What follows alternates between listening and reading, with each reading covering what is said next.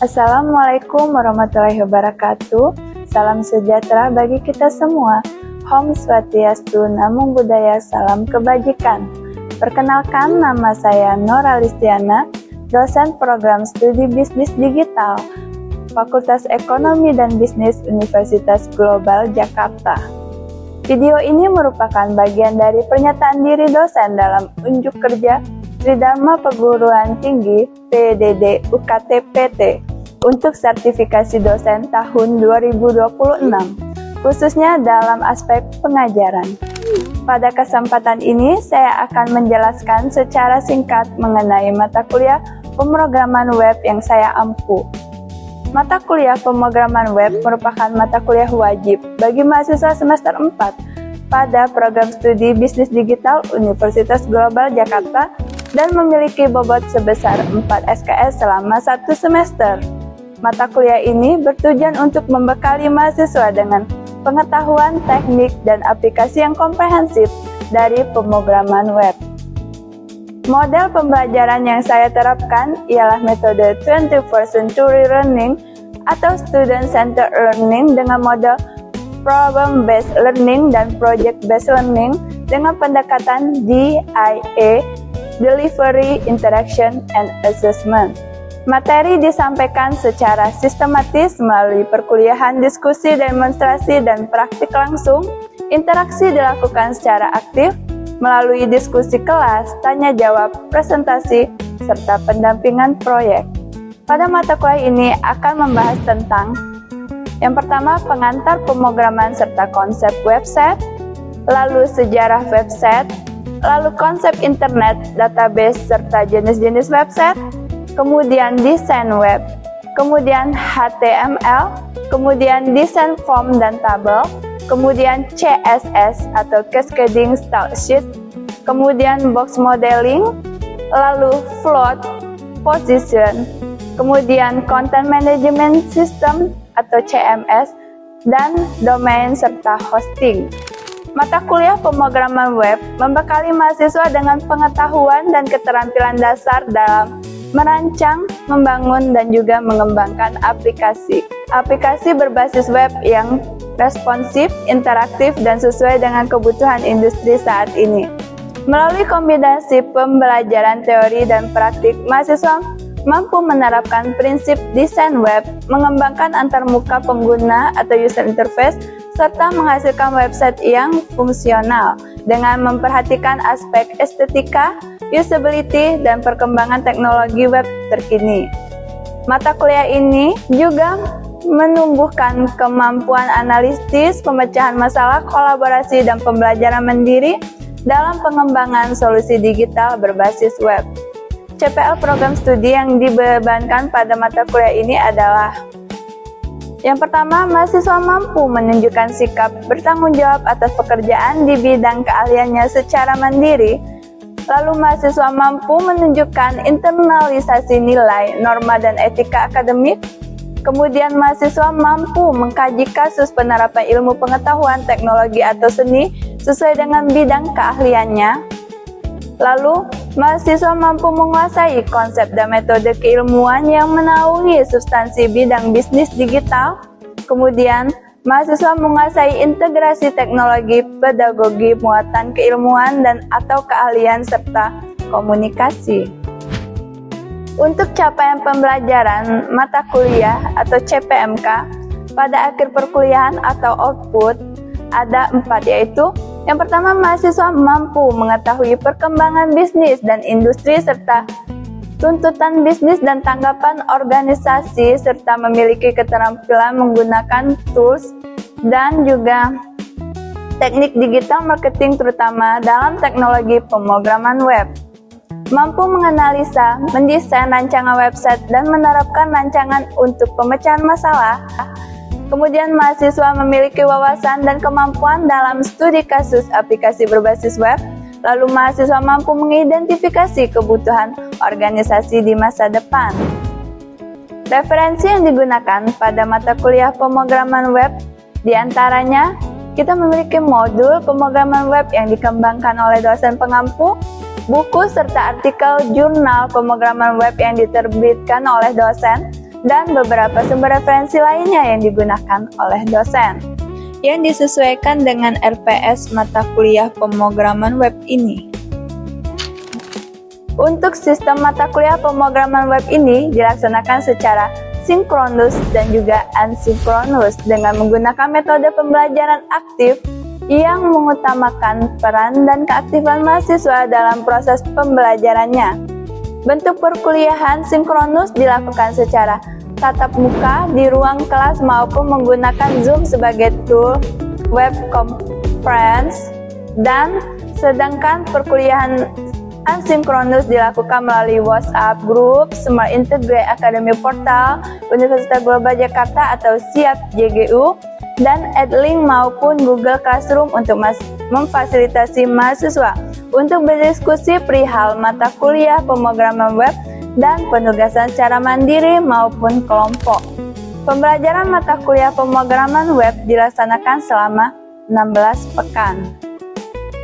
Dengan 7 pekan pemaparan materi dan kuis sebelum UTS, kemudian UTS dilaksanakan pada minggu ke-8, minggu ke-9 sampai ke-15 itu kembali pemaparan materi, dan UAS dilaksanakan di minggu ke-16.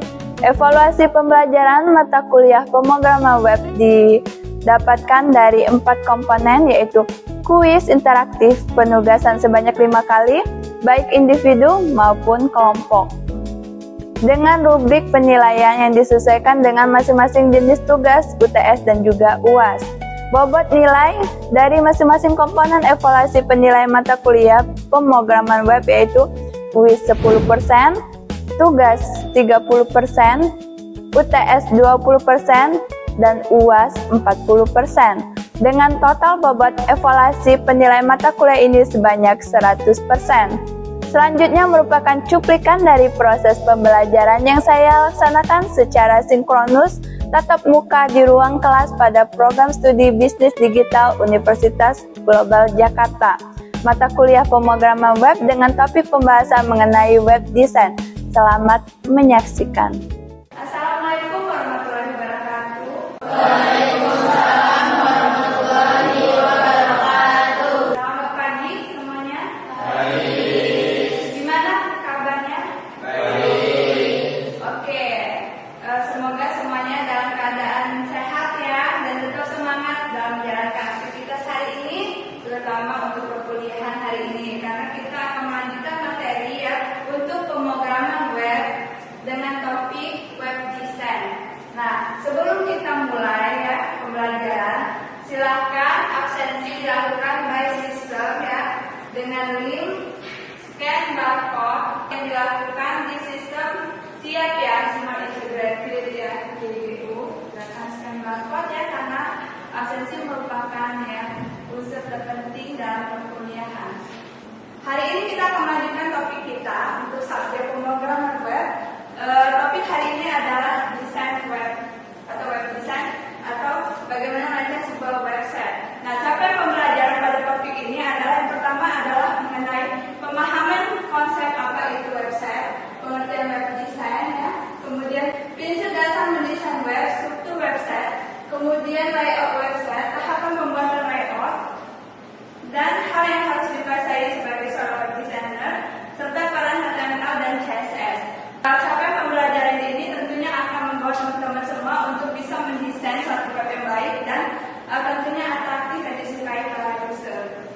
Oke, sebelumnya kita sudah belajar materi tentang apa itu pemrograman ya, kemudian apa itu web, kemudian website, dan sejarah dari website, kemudian jenis-jenis dari website. Kita review dulu materi sebelumnya. Ada yang masih ingat apa itu pemrograman? Coba raise hand up. Oke, Nasra. Pemrograman merupakan operasi menulis, menguji, dan juga mengenal eksekusi yang terstruktur yang tadinya diberikan kepada komputer untuk menyelesaikan tugas tersebut. Kemudian prosesnya juga mencakup pembuatan algoritma yang diterjemahkan ke dalam bahasa pemrograman seperti Python, Java, dan JavaScript agar mesinnya dan nantinya dapat mengeksekusi fungsi yang akan diberikan. Oke, perfect ya, benar sekali. Coba dibuka catatannya ya, jadi harus tetap mencatat Jadi tadi proses penyusunan, kemudian pemeliharaan, kemudian modifikasi untuk kita memberikan perintah. Perintah itu berupa input biasanya ya. Input kemudian diproses. Nah, nanti akan menghasilkan output.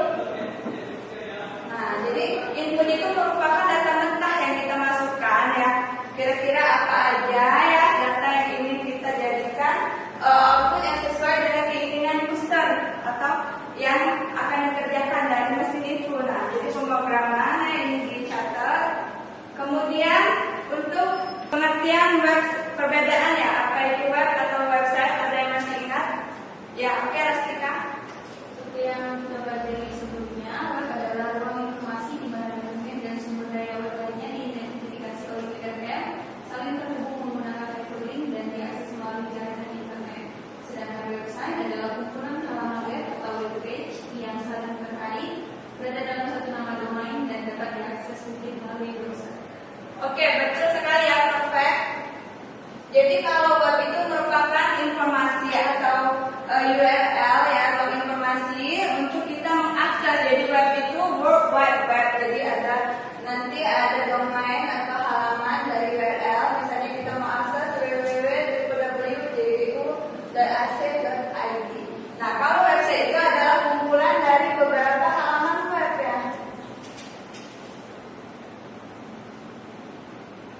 Nah, yang saling terkait yang berada dalam satu nama domain yang dapat diakses melalui internet atau browser. Nah, jadi untuk kita mengakses web itu ya, karena dia berupa cloud ya, yang bisa diakses anywhere dan anytime, kapanpun dan dimanapun.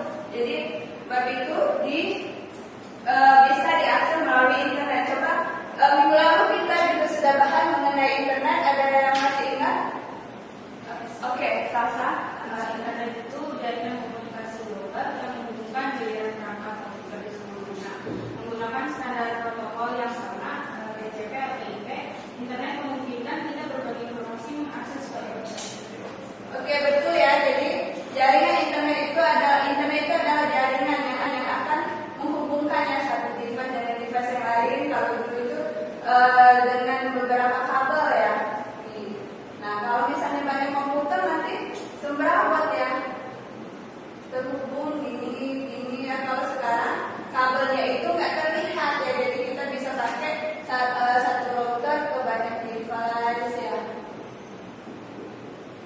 atau nanti dari satu router ke router lain ya, yang akan menghubungkan semua device di seluruh dunia atau global. Nah, hari ini kita akan lanjut yang materi today mengenai konsep web design. Nah, jadi kita harus bisa merancang suatu web atau mengembangkan suatu aplikasi web yang diinginkan oleh user. Karena dalam jurusan bisnis digital ya, kita harus bisa menghasilkan produk atau jasa yang disukai oleh konsumen.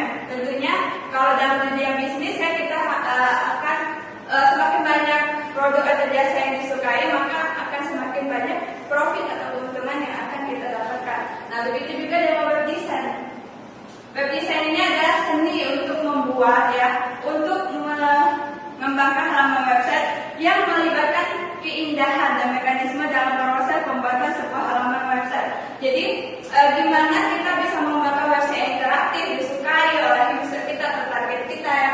Kalau misalnya dalam arsitektur itu biasanya kan orang merancang mengembangkan ya sebuah rumah ya, jadi ada interiornya rumah itu ya, bagian ruang tamunya gimana, ruang kamarnya gimana, ruang room by roomnya ya. Kalau misalnya dari sipil, orang akan merancang jalannya, jembatannya, strukturnya supaya jalannya nggak roboh, nggak hancur. Begitu juga dalam dunia IT ataupun misalnya di jurusan bisnis digital ini, dalam membuat suatu aplikasi atau mengembangkan web, kita harus merancang dulu pola ya, mendesain, kemudian berpikir ya, karena merupakan satu seni untuk membuat halaman web yang interaktif. Biasanya itu kalau interaktif itu kontennya itu nggak cuma berupa teks, tapi ada teks, video, animasi dan juga gambar. Supaya apa nih? Supaya webnya itu menarik gitu. Semakin banyak orang suka, semakin orang menggunakan produk atau service atau halaman web yang kita buat,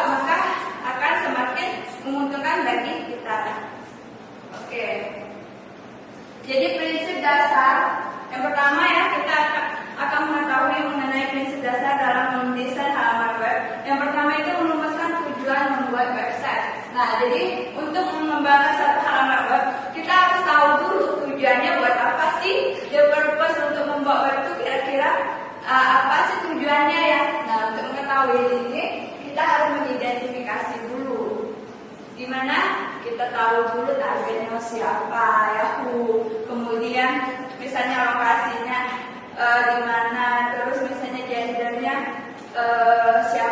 umur berapa sampai berapa, supaya aplikasi yang kita buat ini berguna, jangan sampai nggak berguna dan kita membuat aplikasi yang sia-sia. Nah, jadi ada banyak ya, misalnya website biasanya digolongkan sebagai berikut, ada website marketing ya, biasanya media presentasi pemasaran, website customer service berfungsi sebagai media untuk melayani konsumen, website e-commerce ya, sebagai media transaksi online jual beli, kemudian website informasi berita berfungsi sebagai media informasi berita. Nah, jadi dalam mengembangkan website ini kita harus tahu dulu tujuannya apa dan mau produk atau service apa yang ditawarkan. Jadi kita harus tahu dulu target kita siapa, tujuannya buat apa. Untuk aplikasi website ini pasti semua orang sudah mengakses. Siapa sih yang nggak menggunakan internet ya? Siapa yang nggak pakai HP zaman saat ini ya? Pasti semuanya sudah mengakses website. Nah, coba berikan contoh kira-kira aplikasi yang sering digunakan dan apa tujuannya, coba rasakan. Oke, jadi silakan. Salah satu contoh aplikasi web di dunia pendidikan itu adalah Learning Management System atau LMS atau e-learning seperti Moodle, Classroom, Canvas atau Microsoft Teams. Aplikasi ini memungkinkan mahasiswa untuk mengakses materi, mengerjakan tugas, terus mengikuti kuis dan berdiskusi dan melihat tugas secara online. Oke, perfect ya, benar ya. Siapa sih mahasiswa? Kalau misalnya di Jakarta Global University kan kebanyakan orangnya usernya adalah mahasiswa. Siapa mahasiswa sekarang yang nggak pernah mengakses e-learning atau LMS? Pasti semuanya buka ya web, misalnya e-link ya untuk mengakses course, ada yang dikatakan degree ya, membuka kembali materi, kemudian bisa mengupload tugas, juga mengerjakan kuis. Nah, kemudian ya untuk kita dalam desain halaman web ya, kita juga harus menentukan isi dari website kita, kontennya apa. Selain kita mencari target tujuan, kita juga harus mencari isi websitenya, kemudian target pengunjungnya tadi ya, kemudian struktur website juga penting ya untuk kita ketahui dalam pembuatan web ini. Nah, kalau linear biasanya itu page by page-nya itu berurutan atau sequence dari halaman homepage. Dari homepage itu kan biasanya sejarah perusahaan, sejarah user, sejarah organisasi, di biodata user ataupun informasi awal. Page 2-nya biasanya apa lagi? Misalnya menu apa? Misalnya e-commerce yang menu makanan, produk ya, tergantung website yang kita kembangkan. Oke, prinsip dasar untuk web design atau layout ya. Jadi yang pertama itu kita harus mengetahui faktor keindahan desain tampilan. Sebagai seorang web designer atau seseorang yang mengembangkan web, kita biasanya menggunakan intuisi ya, atau pikiran kira-kira keindahan tampilannya itu di mana warnanya ya, kontras warnanya, fontnya, agar berkesinambungan sesuai gitu ya. Oke, prinsip-prinsip lainnya itu situs web dibuat untuk pengguna ya. Kemudian utility dan usability ya, jadi harus berkesinambungan ya antara keindahan estetikanya, harus memfokuskan desainnya pada kepentingan pengguna, targetnya siapa, karakter, mempertimbangkan karakter pengguna, baik dari latar budaya, latar belakang, gendernya, usia, terus kegunaannya juga berguna tadi ya. Kemudian correctness ya, tidak ada kesalahan dalam coding, nggak ada bug, nggak ada error. Kemudian struktur navigasi dan tampilan visual itu penting dalam mengembangkan sebuah website. Dalam mengembangkan sebuah website itu ada tahapan pembuatan layout. Nah, biasanya proses yang dilakukan untuk pembuatan layout itu membuat sketsa desain. Nah, yang pertama seorang desainer web itu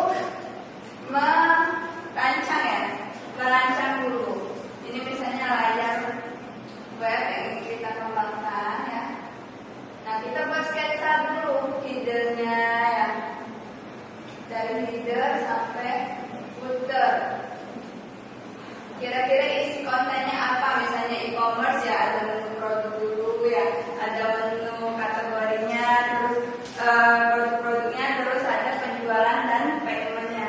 Oke, bagian website itu biasanya ada header, ya, ada footer, menu bar, dan juga konten. Nah, header itu berisi kepala, misalnya website apa yang kita buat, misalnya JGU, biasanya ada logonya, ada kata kepentingannya. Kemudian footer itu bagian bawah, ya, dalam arti harfiah berarti sesuatu yang ada di bagian bawah. Dalam halaman website biasa terdapat bagian paling bawah berisi copyright atau pemilik website tersebut. Di sini ya, copyright misalnya by Zikri gitu ya. Terus konten di sini apa aja, mau menulis berita, mau menulis tentang data kita, mau menulis misalnya e-commerce, berarti ada produk-produk kategori ya. Dalam pembuatan web design ini ada HTML. Sebagai seorang manusia, maka CSS adalah untuk mempercantiknya. Nah, script HTML itu untuk kita pelajari ya. Ini ya, langsung aja, biasanya ini kita praktek di laptop masing-masing atau di laptop komputer, dikerjakan. Kemudian ada tugas di sini ya. Kira-kira tampilan source ini dari port yang mana gitu ya, tampilan ini source code-nya yang mana. Kemudian ada tugas untuk mencari artikel dengan tema desain web, kemudian dari dengan sesama artikel yang didapatkan ya. Sampai di sini sebelum kita akhiri, kira-kira ada pertanyaan nggak? Coba raise hand. Ya, oke, Sofia. Misalkan ada dua website, yang pertama itu desainnya itu menarik tapi dia nggak bisa diakses, atau website yang dengan desain sederhana tapi cepat diakses, kira-kira itu mana yang lebih baik? Oke, bagus ya pertanyaan Sofia. Jadi kalau misalnya kita memilih antara kedua hal tersebut ya, menurut saya yang paling bagus itu menyeimbangkan keduanya. Tetapi kalau misalnya harus dipilih ya salah satu, ya berarti yang penting aksesnya dong ya, accessibility-nya jangan sampai lambat, jangan sampai lemot. Kalau kita terlalu banyak effort menunggu, menghabiskan waktu, tentu kita capek ya menggunakan website itu dan jadi malas, dan akan kita meninggalkan website tersebut dan website dibuat menjadi sia-sia atau tidak berguna. Paham ya? Oke, ada lagi pertanyaan? Coba raise hand. Oke, kita. Mengapa desain website tidak hanya fokus pada tampilan yang menarik saja? Oke, good ya pertanyaan, very good. Jadi kenapa desain website itu tidak berfokus pada tampilan menarik saja? Karena tadi ya, kita menentukan the purpose, ya tujuannya, maksud dari pembuatan website itu supaya bisa digunakan. Karena sebagai anak bisnis digital, di sini kita tentunya orientasi pada bisnis ya, supaya produk atau service ketika kita berjualan ya, produk atau service yang kita tawarkan, kita offer itu disukai oleh banyak orang, klien ya, konsumen, ataupun semakin banyak konsumen, semakin banyak customer, semakin banyak keuntungan atau profit yang kita dapatkan. Nah, jadi nggak cuma harus cantik, tapi harus berguna supaya banyak yang mengunjungi website kita, menggunakan fitur paid, ya misalnya fitur VIP yang berbayar, maka semakin banyak keuntungan yang kita dapat juga. Paham ya? Oke, ada lagi pertanyaan? Enough ya? If there is no question, let me close ya our class today. Thank you for your attention ya. Let me close. Assalamualaikum warahmatullahi wabarakatuh.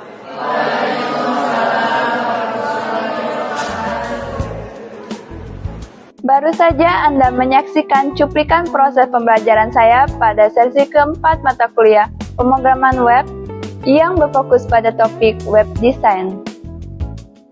Dalam sesi tersebut, mahasiswa diajak untuk memahami mengenai apa itu web design, prinsip dasar mendesain web, hingga peran HTML dan CSS untuk mendesain web yang atraktif. Semoga cuplikan proses pembelajaran tersebut dapat memberikan gambaran tentang kinerja pengajaran yang saya lakukan di mata kuliah pemrograman web pada program studi S1 Bisnis Digital Universitas Global Jakarta. Demikian deskripsi singkat serta cuplikan proses pembelajaran dari mata kuliah pemrograman web di Prodi Bisnis Digital yang saya ampu. Terima kasih saya sampaikan kepada Kemendikti-Saintek melalui Direktorat Jenderal Pendidikan Tinggi LL Dikti 4 Wilayah Jawa Barat dan Banten. Terima kasih juga untuk tim penilai serta seluruh tim yang terlibat dalam sertifikasi dosen 2026 atas kesempatan dan juga dukungannya. Saya juga mengucapkan terima kasih kepada pimpinan Universitas Global Jakarta, kolega dosen, serta mahasiswa yang telah berkontribusi dalam proses pembelajaran ini. Demikian yang dapat saya sampaikan, semoga bermanfaat dan menjadi bagian dari upaya peningkatan kualitas pendidikan tinggi di Indonesia. Wassalamualaikum warahmatullahi wabarakatuh. Salam sejahtera.